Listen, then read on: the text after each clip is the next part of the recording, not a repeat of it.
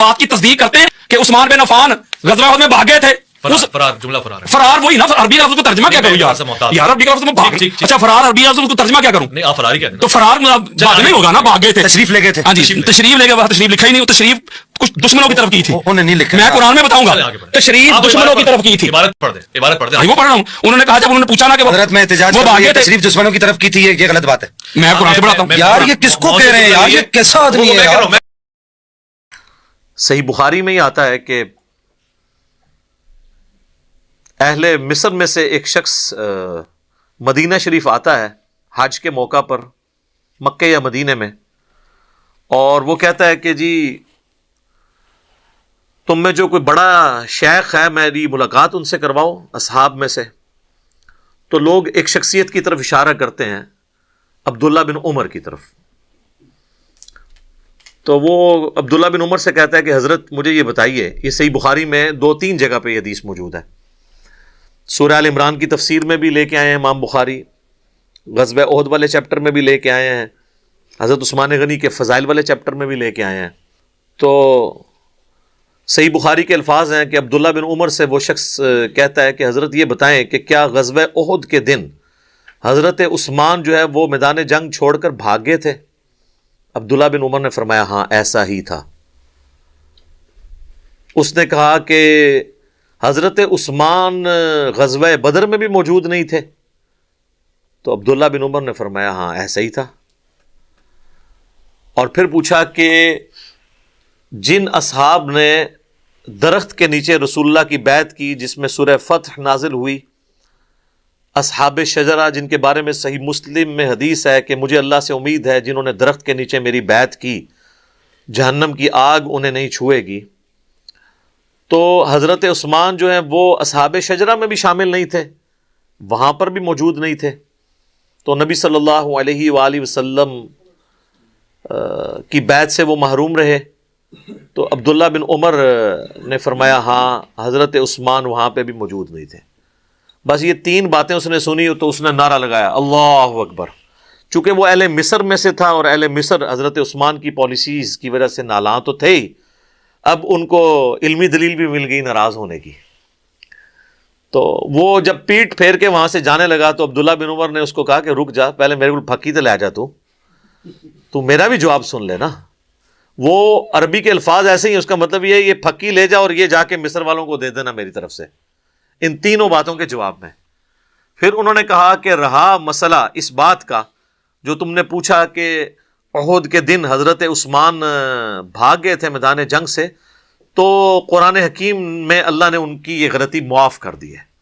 اور پھر انہوں نے سورہ آل عمران کی آیت نمبر جو 152 میں آیا نا, وَلَقَدْ عَفَا عَنْكُمْ, بے شک اللہ تمہیں معاف کر چکا.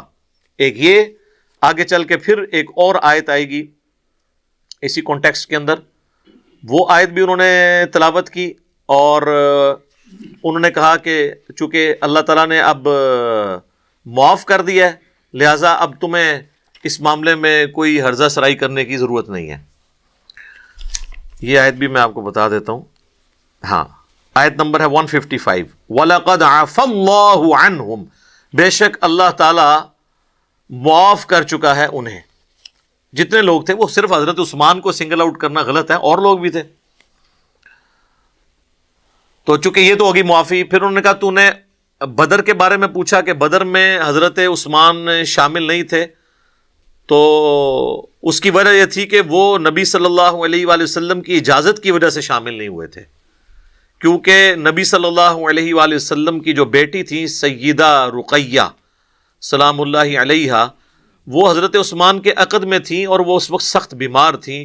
تو نبی صلی اللہ علیہ وآلہ وسلم نے حضرت عثمان کو ان کی تیمارداری کے لیے حکم دیا کہ تم میدان جنگ میں نہ ہو, تم اپنی بیوی کی دیکھ بھال کرو, تیمارداری کرو.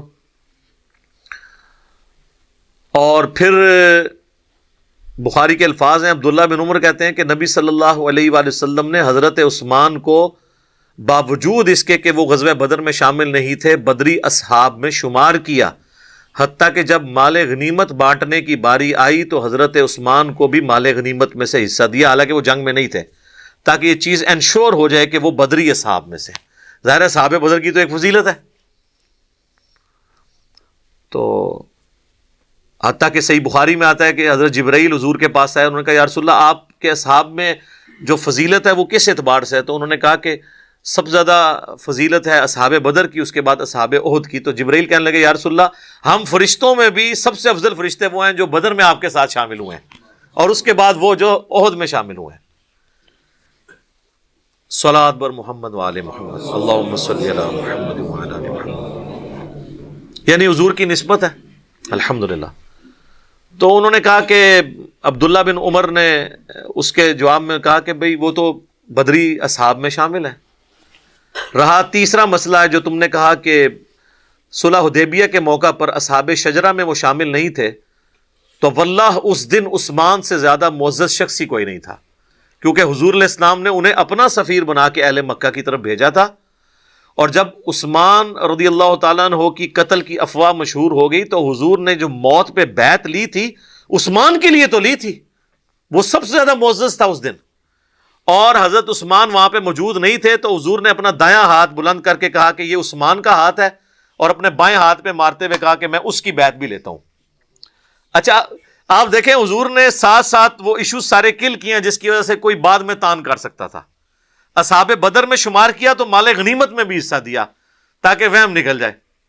یہاں پر بھی اصحاب شجرہ میں وہ شامل نہیں تھے, لیکن یہ چیز لوگ بھول گئے کہ اصحاب شجرہ کی جو بیعت موت پہ ہوئی تھی وہ حضرت عثمان کے قتل کے بدلے کے لیے ہوئی تھی. جس شخص کے قتل کے بدلے کے لیے بیعت لی جا رہی ہوتی ہے تو وہ تو سب سے زیادہ معزز ہوتا ہے, کیونکہ بیعت اس کی وجہ سے ہو رہی ہے. پھر بھی حضور نے کیا کہا کہ عثمان موجود نہیں ہے, یہ ہاتھ عثمان کا ہاتھ ہے اور میں اس کی بیعت لیتا ہوں. تو حضور نے اپنے ہاتھ کو حضرت عثمان کا ہاتھ قرار دے کے ان کی بیعت لی. یہ تینوں فضائل حضرت عثمان کے بیان کر کے ان تینوں اعتراضات کے جواب میں حضرت عبداللہ بن عمر نے اس مصری شخص سے کہا کہ جانا اور اہل مصر کو یہ بھی ساتھ دے دینا, یعنی یہ پھکی ہوئی لہجہ جسدا کوئی علمی آزما خراب ہوئے تو انہوں پھکی ہوئی دیں کہ اگر وہ حضرت عثمان کے اوپر کوئی تان کرے.